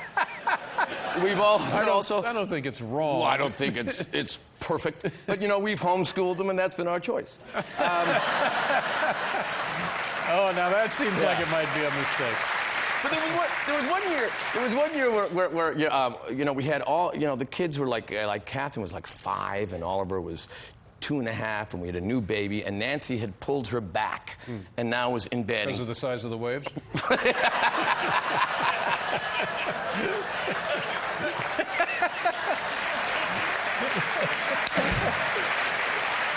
That's right. See, you are as sharp as ever. I haven't lost it. And lost a step. Yeah. no, so she had pulled her back, and I was trying. And she was like worried that, things were going to be, it was going to be a terrible Christmas Eve, and Oliver, the middle child, who was 2.5, had the stomach flu, and I was running around making sure everything was perfect, and I was cutting up, oysters and putting them on platters, and was singing songs, and rocking babies, and no, honey, it's all great, and running upstairs, and and finally, I was about to set up the toys for Catherine, or for the kids for Christmas and Santa, and I heard Oliver, Catherine was in bed, and I heard Oliver crying. I go upstairs, and I lay down beside him, and I fell asleep. And then in Christmas morning, my daughter came in and said, "He didn't come. All your threats, and you were right. He actually didn't come." Oh, no. So I had to run downstairs. And I said, Oh, my goodness. And there were presents over there. I said, I heard noise. And so I thought I had to wrestle them from... I had to do this elaborate, that's sick... heartbreaking. It was terrible. Very, very yeah. sweet and very heartbreaking. Well, it's both. And Yeah, that's yeah. why I've kept them in the house. I see. Yeah. Now, when you're doing a show, and believe me, I've never seen a man, anybody work as hard as you do in this musical, your one-man show. But it must change every night from show to show, doesn't it? It's really not the same. Well, the one part that has kept it kind of fun for me is that one section in the show, I actually have a heart attack, and I'm struck by lightning. Good, I don't even know the show. I'm struck by lightning. You know what? Because it was for about a week in previews. It was a heart attack? And I'm struck by lightning for lying so much, because I lie constantly about my life in the show, and now Jiminy Glick takes over, and then there's often a celebrity that comes up. Right. Everyone, Paul did it. Paul did it, and for some reason decided to scream in the top of his lungs throughout the whole interview. But he was fabulous, and they I loved thought it. we were in the theater and you project. What do I know? Well, where are we in the forum? We here, we project, we talk loud. So this is what he was doing. This is a place where we got to reach the back row. I don't know what you're doing. I'm doing theater. I don't know what you're doing. I kept saying to him, "What exactly is the drug that you're on now?" And it was... I'm high on life. That's what he was doing. Damn it. That's what he was doing. It was insane. We had Mel Brooks on. I said, "What's your big beef with the Nazis?" No, so we've had a lot of... What did he say? Well, he didn't scream at the top of his lungs like a mental case. I'll tell you, he didn't do that. No, he said they were rude. They were rude. They were rude. That's right. So where were we? The audience is different, like a matinee. Well, they vary all the time, I mean, like a Thursday night is a very good night because it's payday. No, it's true. In the theater, that's payday. And Saturday night, they're kind of sluggish because they're drunk. Right. And there's certain lines that you can know that, there's one line I'm coming out and it's kind of a Irving Cohen character, and I'm talking about Paris Hilton. I said, "She may be a Hilton, but she stoops like a Motel 6." And thank you. Exactly. But, sometimes it kills, and sometimes you just hear that. And it's going to be a long night ahead of you at that time. That's just awful. Now listen, when we come back, can I beg you for a song? Do you have one? I in you? I All right, fine. We'll be right back.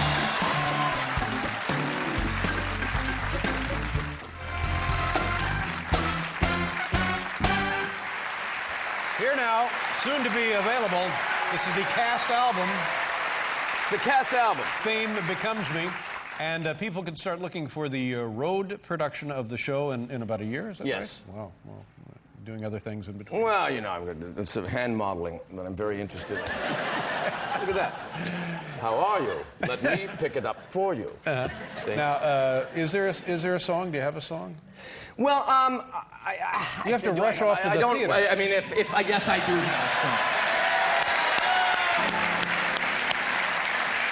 a It's the new year, Dave, and again, you've been so kind to me in my show, and I would Tremendous like to. show, tremendous effort. You You're should be a very proud. tremendous host of all the stop it. late-night No, hosts. please No, don't. I'm serious. No, I wish you wouldn't say this. You are in the top 5 And as top far as 5. I'm concerned.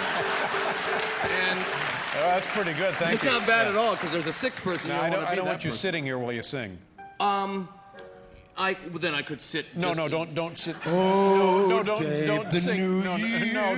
No, don't sing anywhere near Well, me. then why don't I just Right wander over over there. here? Right then? over there is fine. Okay, Martin this is Short. the whole stage. Yeah, Thank right you over there, so ladies much. and gentlemen. In my business, or in our business,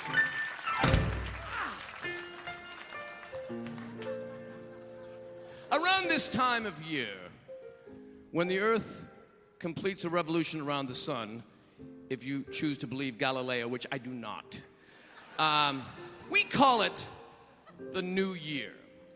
And do you remember the New Year's Eve we first met, Dave? Do you remember that? Yes, It was I so do. much fun. You Right. were Captain Hook in the bus and truck production of Peter Pan. And I remember you were years ahead of Johnny Depp playing the pirate as gay. I thought it was brave, and Thank you very much. the critics didn't get it. But I remember I learned something from that night, watching you hit on the cocktail waitresses when the New Year comes to greet you. And it was like you were meeting a lovely lady for the first time New Year's. And she is a lovely lady. And you can't just be abrupt with her. You have to be a gentleman and give her proper due. In fact, I think I can better explain with this perfect marriage of words and music. Paul. You've got to treat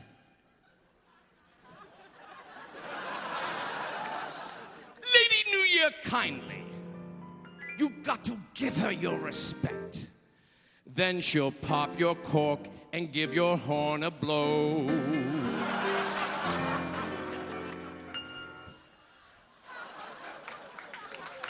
When the clock approaches 12 bells, you count down from 10 to 1.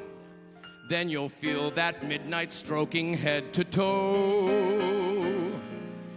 So in closing, Mr. Letterman, here's a tip. When the calendar calls, find your proverbial Times Squares and drop your balls. Just remember, the New Year is a lady. The New Year is a lady. So don't gag on that noisemaker, or you'll make her your heartbreaker, and you'll kiss your lady bye.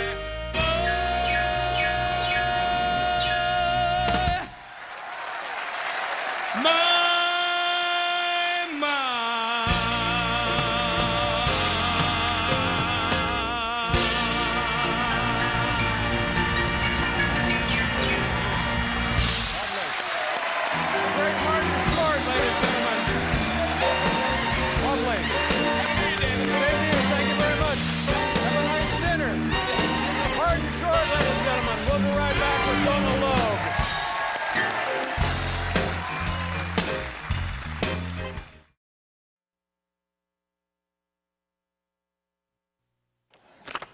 Our first guest is one of the funniest men on the planet. One of the funniest men on the planet, ladies and gentlemen, and he's starring in a new film entitled The Spiderwick Chronicles, which opens tomorrow. Here's our good friend, Martin Short, everybody.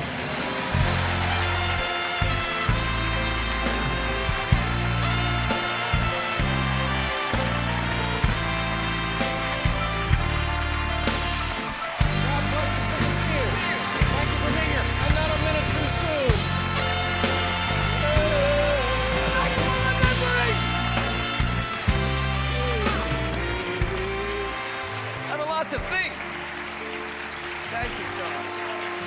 Thank you. Always a pleasure, my friend. Thank you, Dave. Good to see you. How are you doing? Well, I'm so excited to be here Well, good. for Thank the you. first show after the strike. Well, I mean, how many months have you been off now? well, we actually have been on. This is not really the first show back after the strike. Really? Yeah, yeah. Because I've been watching the show and I keep thinking, when will these reruns ever end? They weren't reruns. They were all new shows. So this is but you must be excited to finally have the writers back, because again, I've been seeing the show. No, they've been back with us all. They've been back? Yes, they've been back. Well, let me say this. Paul, fabulous to see you. Congratulations on Deal or No Deal. Wait a minute. No, I will tell you something. Okay.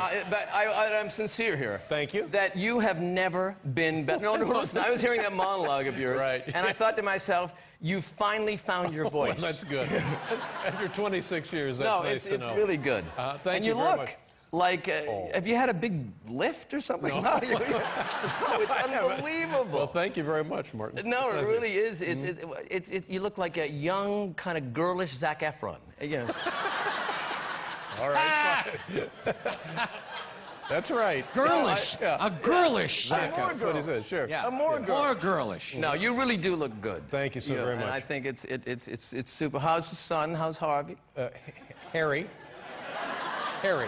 Oh, you dropped the V. Yes, Well, I he think dropped- I like he that better. That's a much better name. Yeah, no, that's Harry. Sure. So everything's working back. Your show's back. You got the Where writers. everything's fine. Yeah. And Harvey's Sure. good. Now listen. How about this? Recently, a guest at the White House. That must have been very exciting. Tell people about the occasion. It's very nice. Well, this was about 10 weeks ago. It was for the Kennedy Center Honors. Whoa, my goodness. And my friend Steve Martin was one of the 5 recipients, so I was there to speak on his behalf. And it was Diana Ross and Brian Wilson and Liam Fleischer and Martin Scorsese. Wow. And a big crowd. And, you know, it was very beautiful. It was festive. The White House was kind of gorgeous, you know, all done in trees and things. And it's like 150 people in the West Wing, and Bush comes in with the 5 honorees. And I'd never met him. And, you know, it's very nerve-wracking, and he seemed very sweet. You know, I always think he gave a little speech, this is completely true, about each person. And I always feel that he sounds to me a bit like Sammy Davis Jr. Really? Yeah. He's I got wouldn't a, have well, thought no, of that. he kind of goes like, you know, Saddam has recently tried to purchase some uranium from Africa. And it's that, the candy man can. It's that cross-eyed thing. Yeah. So he gave a speech. It really is from Africa. It closes in at the end. And, you know, his eyes are like very close. And so. Really, they're very close. Oh, yeah. No. There's not a tremendous amount of flesh in between. And. But anyway, he gave a little speech about each honoree, and he said, and he's reading, by the way. He talks about the great director. He's talking about Martin Scorsese, Martin Sarkozy. President of France, I think, isn't he? He's the president of France, Martin Sarkozy. And everyone kind of, you know, if you were watching it on TV, you'd start, you know, you'd laugh. Yeah. But when you're in a room with 150, it's like. It's like your drunken uncle has gotten. You get scared. Yeah, I would think so. And then he did a speech. Then he introduced Steve Martin. Then he introduced Brian. He's talking about Brian Wilson. And Brian Wilson's one of the great musicians. He is admired by so many, including the great Beatle, Sir Paul McCartney. And again, and I look at Laura, and she's kind of, you know, she kind of flinches. Like, can you just read a book? You know? She's been down this road. Yeah. But he was very, very genuine and very sweet. Well, it looks to me, we have a lovely photo here that you guys got along just fine. Yeah, I mean, look from at that. the looks of the See? picture. Well, I was very nervous because. Your wife was beautiful, by the way. Well, thank you. That's the lovely Nancy. Yeah, great And looking. this looks like he has the devil's finger here. The finger of Satan, but that's actually that's her. actually, yes. Or she's holding a carrot or something. I don't know. Holding a- I actually don't know what it is. She's holding a carrot. I think She's you're right holding about a that, carrot. Mark. That's you what know, she's lunch, dinner was late, and doing. She's holding a carrot. How many photos gotta go?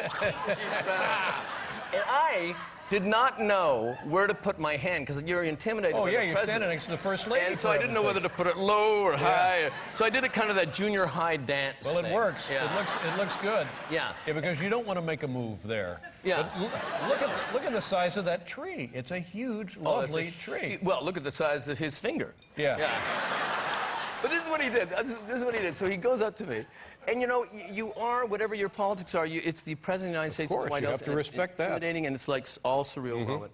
So so put your hand up and say, "Hello, Mr. President." That's what he did. Hello, Mr. President.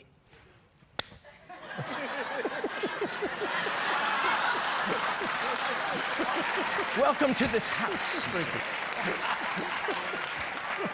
And he wouldn't let go. He wouldn't let go. So he'd give me the high slap. Ah, there was that thing. It's and then it unnerving. was like, but in my, welcome to this house. Yeah. And meanwhile, it's the Candyman. Of course, sure. That Candyman. Well, it's... I mean, even with you, it was awkward. I can't imagine with the president. He wouldn't take his eye off me. He was very, very genuine, you know. So it's not just all spit and polish, which you see when on TV. It goes deeper than that, is what it's you're much saying. deeper. Yeah. But he was very, very genuine. I Well, love that's him. nice. What a lovely evening. What a nice occasion for Yeah. you and for Steve and all of the recipients.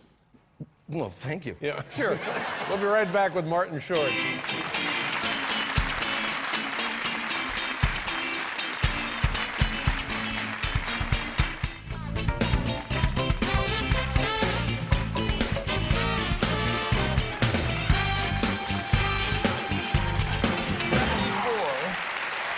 Oh my goodness! Wow, that's good. Now I don't want to embarrass you, but we have another photo here, and this is, I guess, People Magazine online.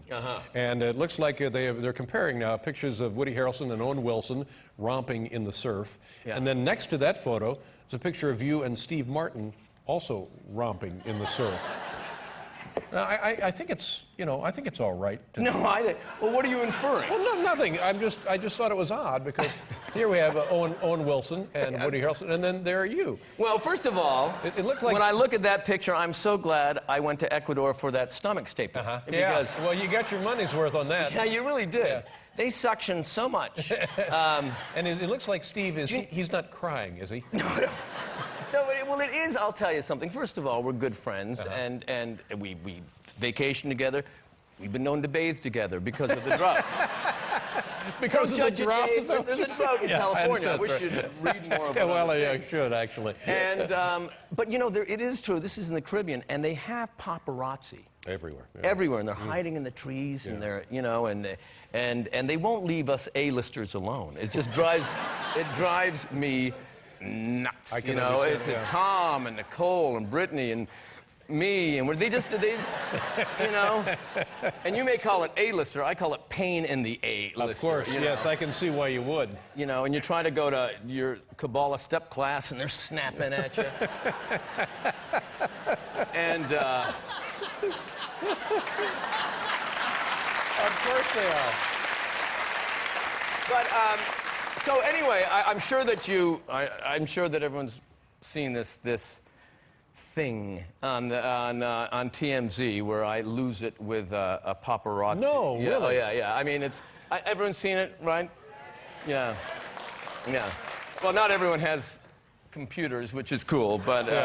It's on the computer. But again, it's an attack on the A-lister. And I was at this Huckabee fundraiser. Oh, yeah. And I was... Really, a Huckabee fundraiser? Yeah. And for no apparent reason, I'm wearing a kilt, just because I didn't read the invitation. You're wearing a kilt? Well, you get a lot of Very stuff. odd. And, Sure, I know. You so can't keep anyway, everything this straight. has been on TMZ, and just show it and get it out of the way. All right, let's take a look. I haven't seen it myself, so this will be go interesting. ahead. Just irritating. Why won't you people leave me alone? You damn paparazzi! It's people like you that killed Diana, Princess of England, and left her boys alone. You camera-toting whores. Leave us famous types alone. We're different than you. We're built differently. Drive the vehicle.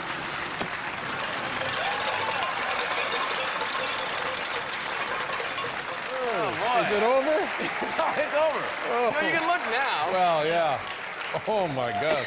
Well, you're absolutely right. Why don't they leave you alone? I for don't God's sake? know. Yeah, boy, that's ugly. I'm sorry about that. Yeah. Your family must be sick. It's a daily invasion. Yes, of course it is. Now, you have something special planned for us tonight. Well, I mean, it depends on your wants. No. But I mean, I could. Yes. You mean like a song? Maybe a song. We'll be right back. Song for Martin Short, everybody.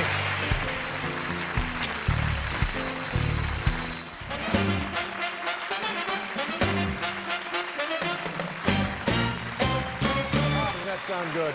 Oh, my God. Well, now, this is exciting because I don't know when you were last here, but it's not often enough for my likes. And tonight you've prepared a little something special for us. It's a song, and they're always beautiful, lovely songs. Well, I mean, I'm happy to do a song. I hate to be pushy, but if someone would like to hear a song. Yeah, I think it'd be a nice song. Sure. And I'm thrilled to be able to. We have a special guest tonight, my timpanist for the last 25 years. You have a timpani player? Yeah, I for 25 travel with a timpanist. Wow. Not a lot of people do that anymore. That's real. That's old show business. Well, thank you so much. And speaking of old show business, ladies and gentlemen, Mr. Howard Hirsch, who is my, again, 25 years. Yeah. Wow. Good gig. It's Lorna Luft and me are the last two people that do it. But, you know, it is Valentine's Day. And I've been, married to the fabulous Nancy for 27 Beautiful years. woman. Yes, thank you. In fact, thank you so much. In fact, just last week we renewed our prenup. It's been that kind of week. But, and I'd love to do a song in honor of Valentine's Day. And maybe I'll just do it right here. Don't do it here. No, Kind of please. No, I'm sorry. My funny Valentine. No, it's sweet not. coming back. It's not rated for that kind of weight. Oh, do it right over there. The picture you know again. it That's would be not very dangerous. good. No, I'm sorry. Okay, thank you very much. Oh, well, thank you. You know, then I'll do it over here then. All right, perfect. You know, in my business, or in our business. Thank you, Howard. After 25 years, that's why I pay him close to scale. You know, romance can be around every corner, sometimes even working a corner.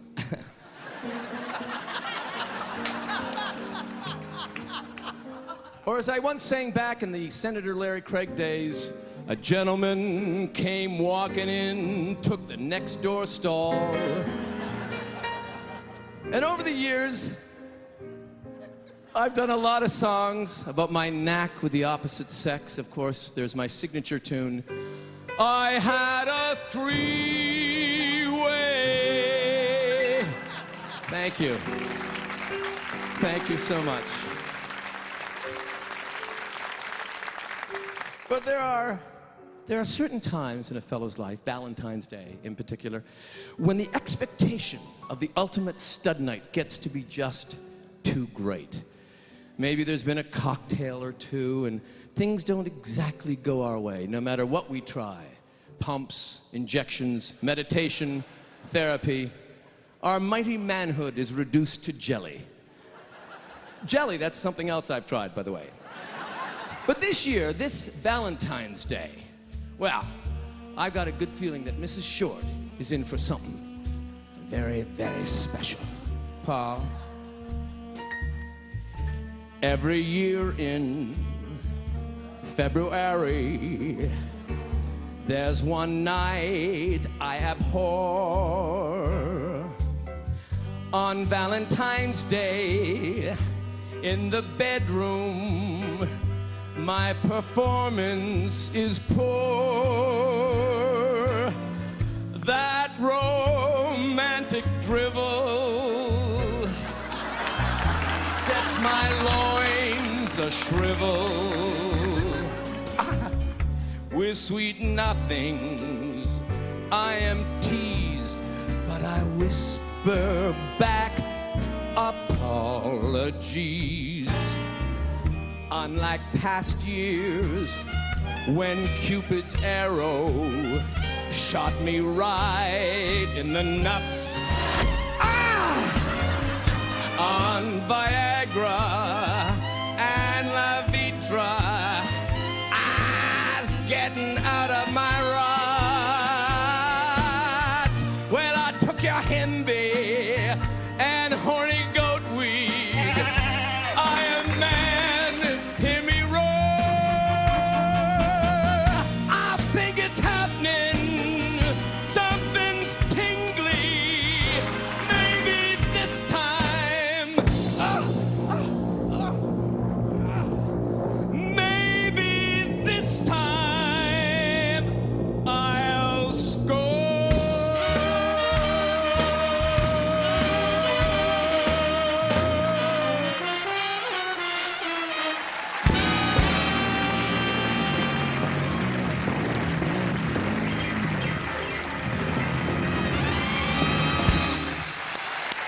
great Martin Short, everybody. Oh, you've done it again.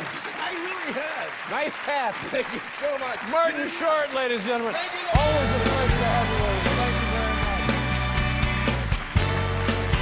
We'll be right back with Amy Ryan.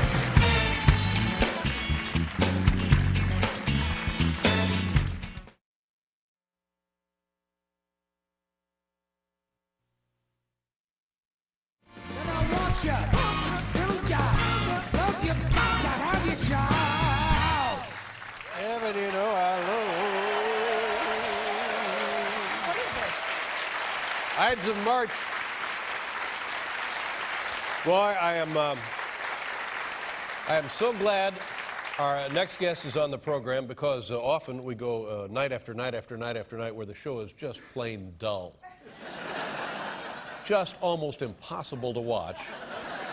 And then we get a guy like this on, and oh my God, it's like the 4th of July. What you need. He is one of the funniest men on the planet and a good friend of ours. Ladies and gentlemen, here he is, the one, the only, Martin Short. Come on out and party.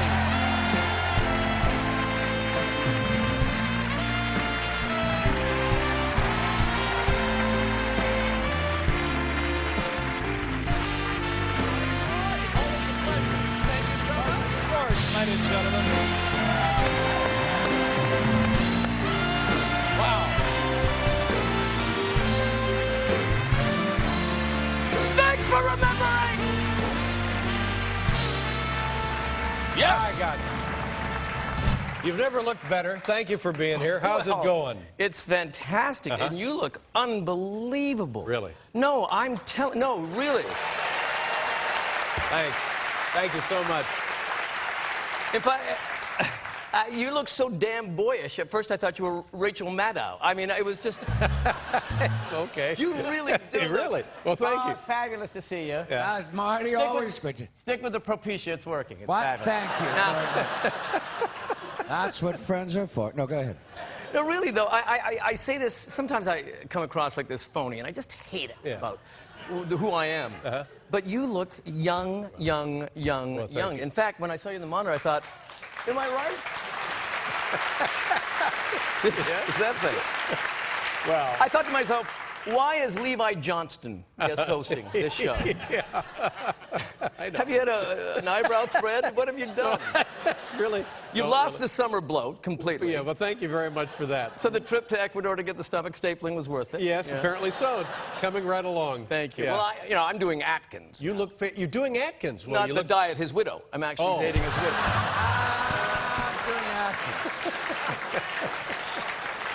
Well, Marty, let's talk about the presidential race. You must be excited about it. I mean, the political process is amazing, and it's all been very fascinating, don't you think? Well, it's so exciting. Both these candidates, you know, I mean, you look, the debate was spectacular, Yeah. I thought. Didn't you think? I thought it was... I mean, no, I mean, really, Obama looked presidential. Right. He appeared presidential, Sure. and McCain appeared awake. I mean, I think it was a success Yeah, for both of them. exactly. McCain is, you know, I mean, they're both remarkable men, don't you think? I believe so. Yeah. I worry about McCain. I think he's too old. I do think, I know it's Perhaps. repeated. My theory is that the only time he doesn't have to pee is when he's peeing.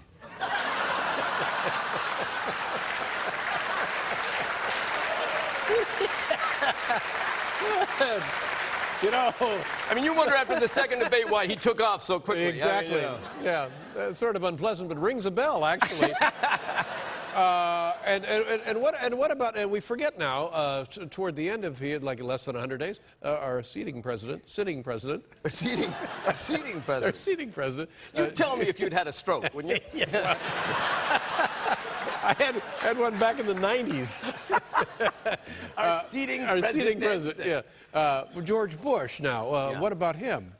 Well, he's just, you know, I met him last year, and I was on the show talking about it, and I said that he had that kind of Sammy Davis eye thing. And I saw him the other day, and it's really now Columbo. It's a... Really?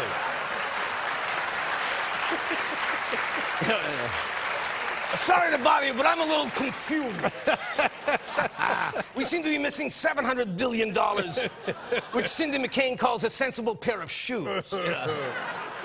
No, and Sarah Palin is just like a dream, isn't she? Yeah, I think you know she's what it looks wonderful. like to me? It looks like Kelly Ripa quit, and Regis is out promoting the new co-host. Yeah, I can see that. I can.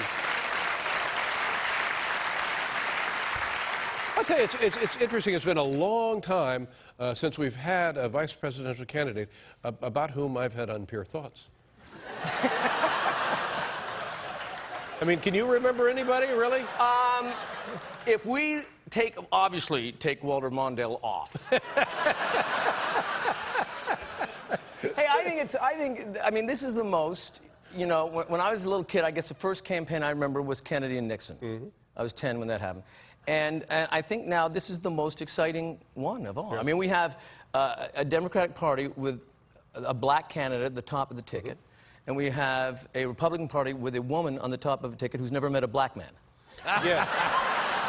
That's right. You make a good point. Oh, I'm touring with this stuff. Who's the guy who used to do the piano? Oh, the deficit. The deficit, I can do that. Mark Russell. Mark Russell. Oh, the deficit getting down every day. By the way, when I have the stroke, you'll be the first one I tell. Yeah.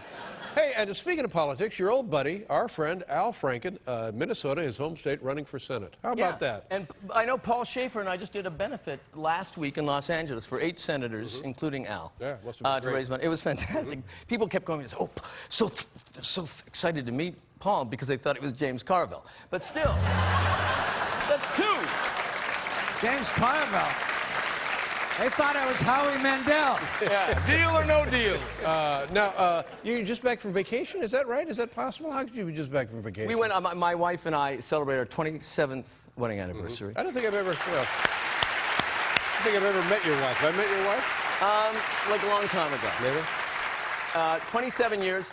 In fact, just last week we renewed the prenup, which is That's lovely, no, we took really. a car trip up the coast to Napa and over to Yosemite and then down to L.A. And What was Yosemite like? Yosemite is fantastic. Beautiful. We stayed at the Ahwahnee Hotel, and on the night of our anniversary, there was a major rock slide, and all these rocks came down. It was in the news, and the first one they'd had in 25 years, something. Huge, like clouds of dust. It was the first time my wife said that she actually felt the earth move on our... What? We'll be right back with Martin Short, everybody.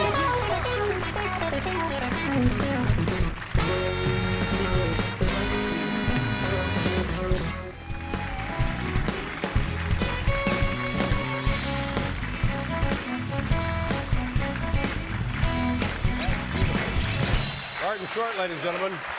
When you were, you said you were up in the Napa Valley, the Sonoma Valley up there. They have a lot of those very, very delightful restaurants, fine, elegant dining restaurants. Did you get to go to any of those? Like what's that French? Oh, the French Laundry. Yeah. We went to the French Laundry on our actual anniversary night. That's great. And it's very, very formal. It costs like $1,000 million. It's so expensive. No, really, it's insanely expensive. I would say, truthfully, it's probably $1,500 for 2 people. Oh my. And there's 19 courses, and all these guys have been taught that you do not smile while serving. I guess fine dining and any kind of hint of joy don't go hand in hand. It's like the reception line in a funeral, each waiter that would come up with it. And so we're having fun, and we're drinking lots of wine, and they're giving us little extra courses, you know, because they're a big fan of Captain Ron. And...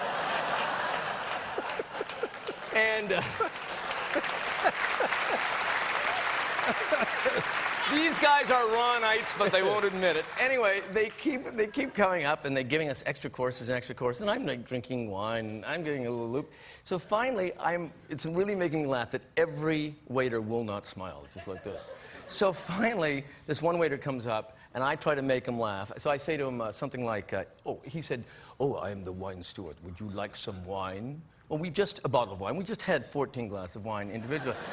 So I said, my wife said, oh, no, we don't really know a lot about wine. Maybe you could just pick something nice. And I said to the waiter to make him laugh, yeah, she doesn't know anything about wine. I just yanked her out of the chorus about a half an hour ago. Nothing. That thing. And then I said, in fact, on the way here, I had to convince her to spit out the gum. Absolutely nothing. He walks away. I'm laughing at, again, how I bombed with him. And I turn back to my wife, and she's like this. Well, that was embarrassing. I said, what? I mean, I was... You spit the gum out? I said, Nancy, first of all, who is he and why do you care? Yes.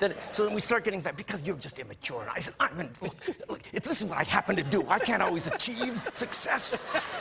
And when the fight's building and building and building and building, and finally I say, stop it! This is going to cost us $2,000 with tip. We have got to have a good time.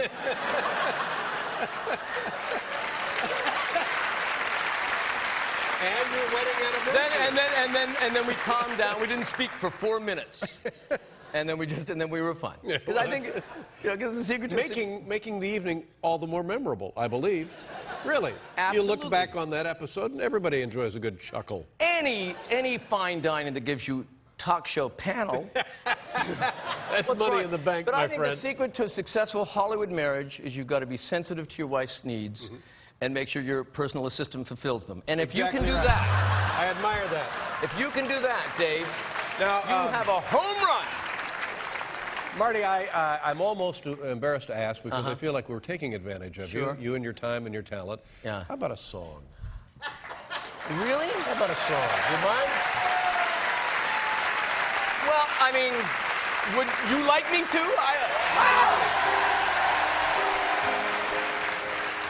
Well, What is that? what? What is that? This is, I started using this a couple years ago. Really? During my escapade tour. And it was a big Landing planes success. at Teterboro. But you know, I love, this is a political time of year, I didn't know Dave. you played the violin? I didn't know you played the violin. You didn't know I played the violin? He plays the violin, Paul. Oh, for goodness Apparently sake. he does. No, I would love you to read more about me. This is election time, and I'd love to. By the way, while I have this on, may I get your order? Did you order fries with that? No, I would love to sing a song, a politically inspired song. And I'd love to be able to do it right here. Oh no. Why don't you just do it right over there? Oh, I could do it right over there. Right? Yeah. Yes. All right. Well, Good I'll do idea. it over right here. over How there. about this? You know, Martin Short. Oh, thank you. everybody.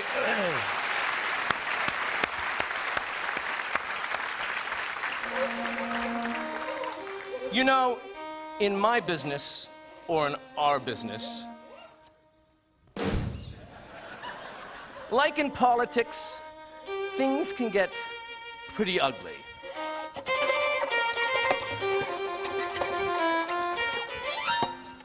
Take, for example, all right, I've stopped fiddling.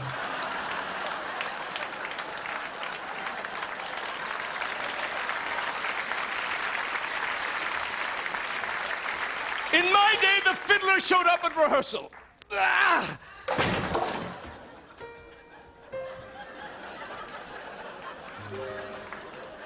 Consider the feud between Trump and Rosie, or the period of years where the Smothers Brothers weren't cohabitating. No one is more critical of their peers than celebrities. And in the presidential race, basically what you have is two different types for the same role. Like the time I auditioned for Monk, but fell victim to a schmear campaign by Tony Shalhoub. Schmear. But I do have to tell you, this campaign season's political mudslinging and personal attacks aren't nearly as harsh as I imagine they would be if someone from show business, such as yours truly, were running for president, as I will illustrate. Paul? If this one were a candidate for president, I'd disregard civility and class. I'd want so badly to swift boat my opponent. that I'd say anything it takes to kick his ass.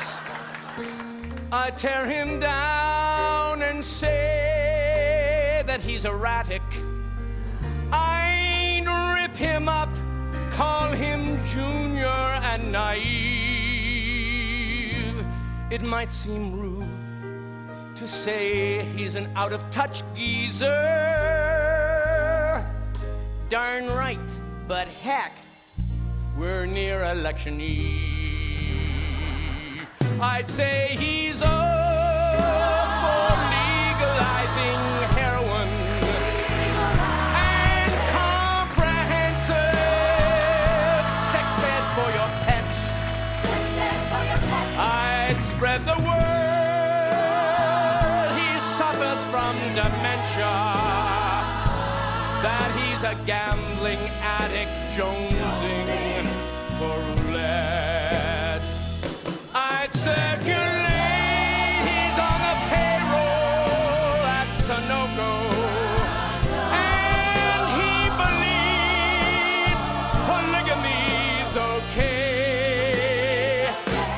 I'd claim that he's a member of Al-Qaeda, that he's unfaithful to his wife and awful gay. If people bought this crap, I'd run the USA. That's the